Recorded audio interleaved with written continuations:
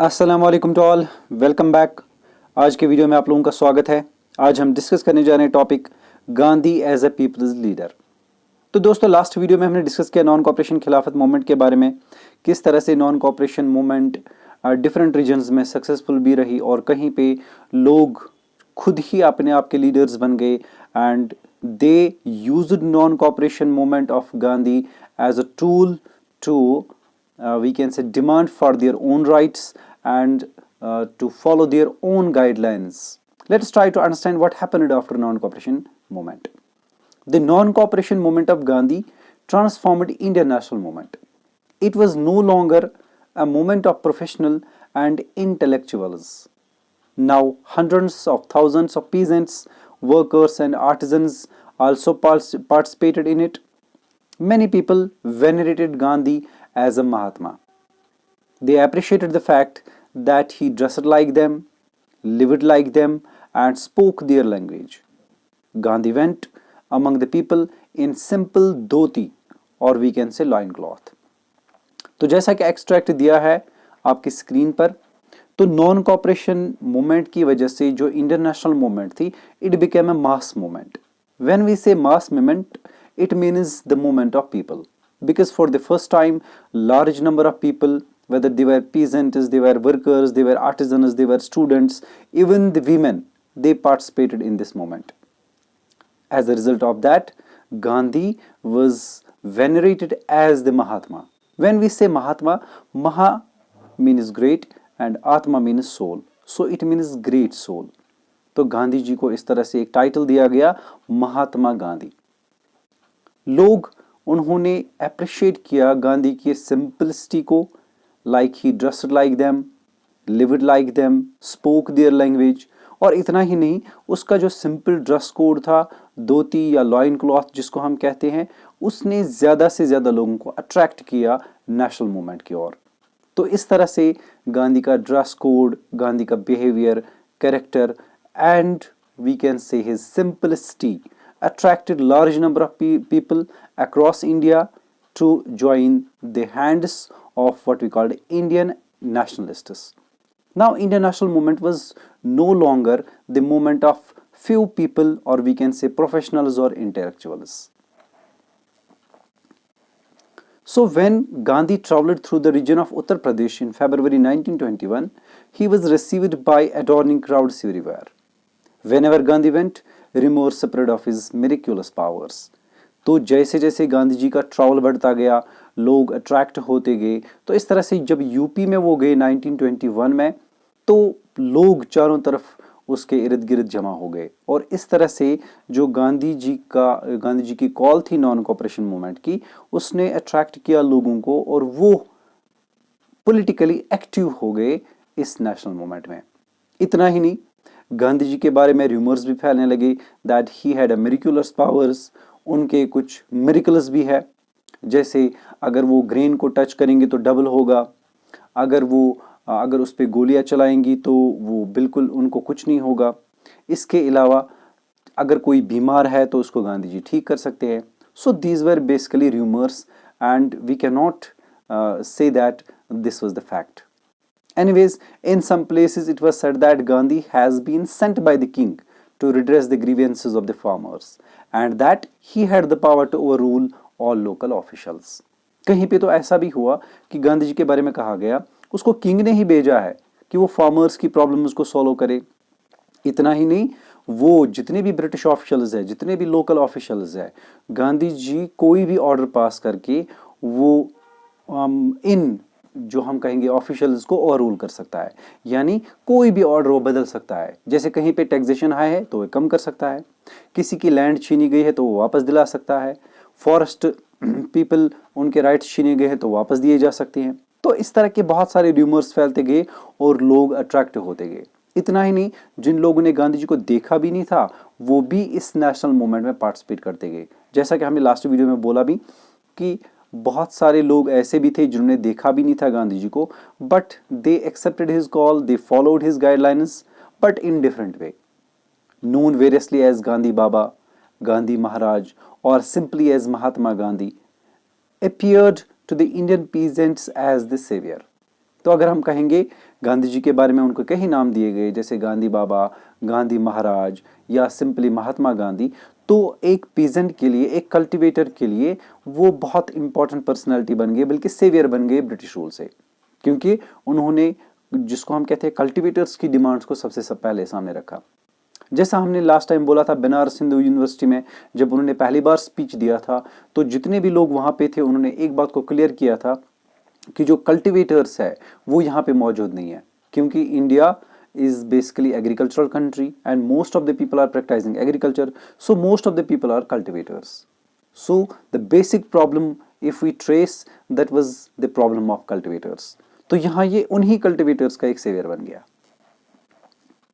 इसके अलावा जो सिंबल्स थे गांधी जी के, जैसे चरखा चलाना यानी खादी को वो करना या धोती पहनना, these became the symbols of common people and even the symbols of a national movement. अगर हम बाद में देखेंगे भी तो जो नेशनल फ्लैग बना उसमें भी गांधी जी का चरखा यूज किया गया। साथ ही साथ में जो खादी का कपड़ा है, that become the dress of the what we called nationalist leaders. So the simple lifestyle of Gandhi was followed by the common people. It promoted two things, दो चीजें इसकी वजह से ज्यादा प्रमोट हो गई। It made people self dependent and promoted the production of local cloth called khadi. दो चीजें तो फायदा हो गई इस नेशनल मूवमेंट की वजह से, गांधी जी के आने की वजह से। एक, लोग सेल्फ डिपेंडेंट बन गए, यानी वो खुद अपना काम करने लगे, खुद अपने जो भी डोमेस्टिक या प्रोफेशनल वर्क्स थे वो उसमें उन्होंने बहुत कंट्रीब्यूट किया। और साथ ही में जो लोकल क्लॉथ था यानी खादी था उसकी प्रोडक्शन बढ़ गई। इस तरह से लोकल यूनिट्स बनने लगे और इस तरह से जो छोटे छोटे कारखाने थे इस खादी के वो बढ़ने लगे। तो फिर से इंडिजिनस इंडस्ट्रीज प्रमोट होने लगी। The non cooperation movement made Gandhi the leader of masses and role model of the poor people. तो गांधी जी जो नॉन कॉपरेशन मूवमेंट उनकी थी उसकी वजह से वो लीडर बन गए आम लोगों के। इतना ही नहीं, वो रोल मॉडल बन गए आम लोगों के, क्योंकि जो गरीब लोग थे वो गांधी जी को फॉलो करने लगे, क्योंकि गांधी जी का सिंपल लाइफस्टाइल था, सिंपल वेयरिंग जो हम कहते हैं क्लॉथ्स थे। तो उस स्टाइल को फॉलो करने के बाद वो रोल मॉडल बन गया आम लोगों के लिए। लोग ये सोचने लगे जबकि हमारा लीडर एक सिंपल लाइफ जी सकता है तो हम क्यों नहीं। तो इस तरह से ये कुछ चेंजेस थी जो नॉन कॉपरेशन मूवमेंट के बाद नजर आई। साथ ही में under the leadership of Gandhi, new branches of Congress were set up in various parts of India. A series of Praja Mandalas were established to promote the nationalism in princely states. जैसा हमने पहले भी बोला, जो Britishers थे उन्होंने दो तरह से हिंदुस्तान में रूल किया। One is called direct British rule, जहाँ पे उनके इंस्टीट्यूशंस थे, जहाँ पे उनके ऑफिसर्स थे, जहाँ पे उनके लॉज थे। और दूसरे को हम बोलते हैं प्रिंसली स्टेट्स, यानी दो states which were basically ruled by the Indians, but these Indian rulers were indirectly controlled by the Britishers.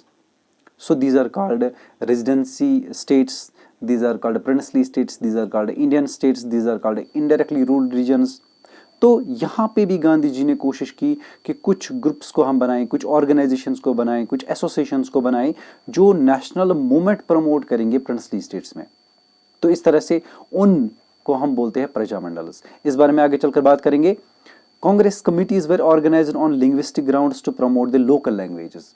जैसा कि इंग्लिश लैंग्वेज कॉमन हो चुकी थी, ज़्यादातर लोग, खासतौर पे जो ऑफिशियल लैंग्वेज थी दैट वाज इंग्लिश, लेकिन गांधी जी ने अपने कल्चर को सर्वाइव करने के लिए, जिंदा रखने के लिए उन्होंने लोकल लैंग्वेज को प्रमोट किया। और इसके लिए लिंग्विस्टिक बेसिस पे उन्होंने कांग्रेस की कमिटीज़ को ऑर्गेनाइज किया। यानी जैसे हम बात करेंगे पंजाब की, तो पंजाब में पंजाबी लैंग्वेज जानने वाले लोगों को का एक ग्रुप तैयार किया गया और इस तरह से वो कांग्रेस कमेटी बन गई।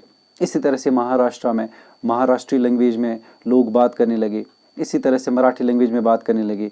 तो इसी तरह से बाकी जो स्टेट्स थी वहाँ पे लैंग्वेज ग्रुप्स को क्रिएट करके कांग्रेस कमिटीज़ को और ज़्यादा प्रमोट किया गया, ताकि कांग्रेस डीप लेवल तक पहुँच सके, जो हम कहेंगे विलेज लेवल तक पहुँच सके। दस national movement was also supported by the businessmen and industrialists like G.D. Birla. इतना ही नहीं, इस नेशनल मूवमेंट को, जो नॉन कॉपरेशन मूवमेंट थी खास तौर पे, इसको पहले बहुत सपोर्ट किया बड़े बड़े इंडस्ट्रियलिस्ट्स को। हालांकि इंडस्ट्रियलिस्ट्स को इसकी वजह से नुकसान भी होता था। फॉर एग्जांपल, स्ट्राइक की वजह से इंडस्ट्रीज क्लोज हो जाती और क्लोज होने की वजह से उनका लॉस हो जाता। साथ ही में वर्कर्स अगेंस्ट हो जाते थे इंडस्ट्रियलिस्ट्स के। तो इस वजह से इस चीज़ को मैनेज करना बहुत डिफ़िकल्ट था। एक तरफ से वर्कर्स को हैंडल करना और दूसरी तरफ से इंडस्ट्रियलिस्ट को हैंडल करना। फिर भी बहुत सारे ऐसे बिजनेसमैन थे, इंडस्ट्रियलिस्ट थे, जिन्होंने सपोर्ट किया इंडियन नेशनल मूवमेंट को। हालांकि उसके अपने कुछ रीजंस थे why they supported Indian national movement, because they supported Indian national movement for their own causes. Firstly, वो चाहते थे जो इंपोर्ट एक्सपोर्ट का बिजनेस है उसको किसी तरह से कंट्रोल किया जाए, और साथ ही में जो फॉरेन मार्केट है उसको एस्टैब्लिश किया जाए, ताकि इंडस्ट्रियलिस्ट्स जो भी चीज़ें बनाएंगे उनका मार्केट न सिर्फ इंडिया में हो बल्कि फॉरेन में भी हो, तो उनका बिजनेस बढ़ेगा। इस तरह से ये बिजनेसमैन कभी कभार और भी चाहते थे इंपोर्ट्स पे थोड़ी सी रिस्ट्रिक्शंस लगाना, एक्सपोर्ट्स को किसी तरह से प्रमोट करना। ये कुछ डिमांड्स थी इंडस्ट्रियलिस्ट्स की। That's why they supported Indian national movement. तो प्रजामंडल की हम बात कर रहे थे। It was a part of Indian national movement और independence movement from 1920s, in which people living in princely states who were subject to the rule of the local aristocrats rather than the British Raj. Thus, they campaigned against those feudatory rulers and sometimes also the British administration in attempt to improve their civil rights. So, इस तरह से प्रजा मंडल्स जो थी उनका काम था princely states में इंडियन नेशनल मूवमेंट को प्रमोट करना। तो दोस्तों, यहाँ तक हमने जानने की कोशिश की कि किस तरह से इंडियन नेशनल मूवमेंट प्रमोट हो गई, इंडियन नेशनल मूवमेंट में चेंज आ गई after non cooperation movement. However, the industrialists were more interested in their own profits than the freedom of India. They were against strikes, protests, and the violence. Between 1917 and 1922, a group of highly talented Indians attached themselves to the Gandhi. They included Mahadev Desai, Vallabhbhai Patel, J.B. Kripalani, Subhash Chandra Bose, Maulana Abul Kalam Azad, Jawaharlal Nehru, Sarojini Naidu, Govind Ballabh Pant and सी राजगोपाल आचार्य। तो जैसा मैंने पहले भी कहा, जो Indian industrialists थे उनकी अपनी कुछ डिमांड्स थी, उनके अपनी कुछ इश्यूज़ थे। तो उन्हीं इश्यूज़ को सॉल्व करने के लिए उन्होंने इंडियन नेशनल मूवमेंट में पार्टिसिपेट किया। But in the next movement which would be discussed very soon, that is civil disobedience movement, उसमें हार्डली ही किसी इंडस्ट्रियलिस्ट ने सपोर्ट किया, क्योंकि उस टाइम पे वायलेंस ज़्यादा बढ़ गई, उस टाइम पे स्ट्राइक्स बहुत ज़्यादा बढ़ गई, उस टाइम पे वर्कर्स अगेंस्ट हो गई। क्योंकि जहाँ एक तरफ वर्कर्स डिमांड कर रहे थे हाई वेजेस इंक्रीज़ करने की, जो वर्किंग आवर्स थे उनको कम करने की, और साथ में इंश्योरेंस की भी, हेल्थ पॉलिसीज़ के बारे में, तो वही इंडस्ट्रियलिस्ट्स उन डिमांड्स को फुलफिल करने के लिए तैयार नहीं थे। दैट्स वाई जब इंडियन नेशनल कांग्रेस इंडस्ट्रियलिस्ट्स का सपोर्ट हासिल करती थी तो वर्कर्स अगेंस्ट हो जाते, जब वर्कर्स सपोर्ट करते तो इंडस्ट्रियलिस्ट्स अगेंस्ट हो जाते। तो इस तरह से इनको किसी तरह से मैनेज करना काफ़ी डिफ़िकल्ट हुआ इंडियन नेशनलिस्ट लीडर्स के। तो 1917 से लेकर 1922 तक बहुत से ऐसे फेमस इंडियंस थे जिन्होंने इंडियन नेशनल मूवमेंट में पार्टिसिपेट किया, जिनका मैंने नाम पहले भी बोला। महादेव देसाई थे, वल्लभ भाई पटेल थे, J.B. कृपलानी थे, सुभाष चंद्र बोस, मौलाना अबुल कलाम आज़ाद, जवाहरलाल नेहरू, सरोजनी नायडू, गोविंद बल्लभ पंत एंड सी राजगोपाल आचार्य। ये वो नेशनलिस्ट लीडर्स बन गए जो बाद में जिन्होंने बहुत इंपॉर्टेंट रोल प्ले किया आफ्टर इंडिपेंडेंस। तो दोस्तों, यहाँ तक हमने डिस्कस किया कि गांधी जी के बारे में। जैसे मैंने पहले भी कहा, he was imprison for the period of 6 years, लेकिन उनको जल्दी किया गया इन 1924, यानी 2 साल बाद ही, क्योंकि उनके जो हेल्थ था वो काफ़ी ख़राब होने लगा जेल में, तो जिसकी वजह से उनको जल्दी ही रिलीज़ करना पड़ा। तो जैसे ही वो रिलीज़ हो गई 1924 में, तो उन्होंने एक्टिव पॉलिटिक्स से फिलहाल किनारा कर लिया, यानी उन्होंने अपने आप को सेपरेट रखा एक्टिव पॉलिटिक्स से। इस तरह से वो कांग्रेस से कुछ टाइम के लिए दूर रहे। इस बीच में वो साबरमती आश्रम गुजरात में रहे, जहाँ पे उन्होंने बहुत सारे जो लोग थे, बहुत सारे जो उसके फॉलोअर्स थे, उनको ट्रेनिंग दी सत्याग्रह की। साथ ही में उन्होंने बहुत ज़्यादा प्रमोट किया खादी खादी की प्रोडक्शन को, यानी स्पिनिंग व्हील जिसको हम कहते हैं, तो उस एक्टिविटी को प्रमोट किया। तीसरा जो ऑब्जेक्टिव था वो था हिंदू मुस्लिम यूनिटी का, यानी जब तक हिंदूज और मुस्लिम्स यूनाइटेड होकर ब्रिटिश रूल के अगेंस्ट आवाज़ नहीं उठाएंगे, नेशनल मूवमेंट में पार्टिसिपेट नहीं करेंगे, तब तक आज़ादी का जो ख्वाब है वो ख्वाब ही रहेगा। साथ ही में उन्होंने फोकस किया जो अनटचेबल्स थे, या जिनको हरिजन्स भी कहते हैं, जिनको उन्होंने अच्छी टर्म यूज़ किया, हरिजन्स, या उनको दलित्स भी कहते हैं, उनको शेड्यूल्ड कास्ट भी कहते हैं, उनको बैकवर्ड क्लास पीपल भी कहते हैं। तो उन लोगों की जो प्रॉब्लम्स थी उसको सॉल्व करने के लिए गांधी जी ने कोशिश की। तो 4 बड़े एम थे नॉन कॉपरेशन मूवमेंट के बाद गांधी जी के पास। First, to promote the production of khadi. Second, to train a group of people in satyagraha. Third, to promote the Hindu-Muslim unity, and fourth, to remove the untouchability, or we can say to struggle to work for the abolition of untouchability. इसके कुछ reasons थे। जो non cooperation खिलाफत movement थी उसमें मुसलमानों ने participation की, लेकिन बाद में ये पार्टिसिपेशन आहिस्ता आहिस्ता खत्म होती गई। तो दूसरी बात, इस मूवमेंट में जो अनटचेबल्स थे, जो हरिजन्स थे, जो दलित्स थे, उन्होंने बिल्कुल पार्टिसिपेशन नहीं की। दे रिमेन्ड टोटली अलूफ और away from this national movement. तो ये बहुत बड़ी प्रॉब्लम थी। ऑलमोस्ट उस टाइम पे भी बात करेंगे तो 20 to 25% जो दलित्स थे वो हिंदुस्तान में उस टाइम पे मौजूद थे, यानी उनका कंट्रीब्यूशन बहुत ज़्यादा ज़रूरी था। सो इस तरह से नॉन कॉपरेशन मूवमेंट के बाद 1924 से लेकर 1930s तक गांधी जी ने पूरा फोकस किया इन 4 जो ऑब्जेक्टिव्स थे उन पे किया। So all these factors helped in more broad and country wide movement called as civil disobedience movement. तो ये नेक्स्ट मूवमेंट थी जिसमें गांधी जी का बहुत ज़्यादा इंपॉर्टेंट रोल प्ले किया, क्योंकि गांधी जी का मानना था नॉन कॉपरेशन मूवमेंट अगर फेल हुई वो इसलिए क्योंकि लोगों को अभी भी पता नहीं था सत्याग्रह होता क्या है और ये किस तरह से हम प्रैक्टिस करेंगे। तो that's why he promoted, he trained some of the people in the art of satyagraha. तो जो दांडी मार्च था उसमें उनके साथ 78 फॉलोवर्स वही थे जिनको उन्होंने ट्रेन किया था। उस बारे में आगे चलकर डिस्कस करेंगे जरूर। तो यहां तक हमने जानने की कोशिश की that how Mahatma Gandhi became the leader of common people. Next video में हम डिस्कस करेंगे salt satyagraha, a case study. Hope you will enjoy this video series as well. अगर आप पहली बार चैनल पे आए तो सब्सक्राइब जरूर कीजिए और साथ में अपने कमेंट्स भी दीजिए और जितना हो सके शेयर कीजिए ताकि ज़्यादा से ज़्यादा लोगों को इसका बेनिफिट हो। मिलते हैं अगले वीडियो में, तब तक के लिए अल्लाह हाफिज़।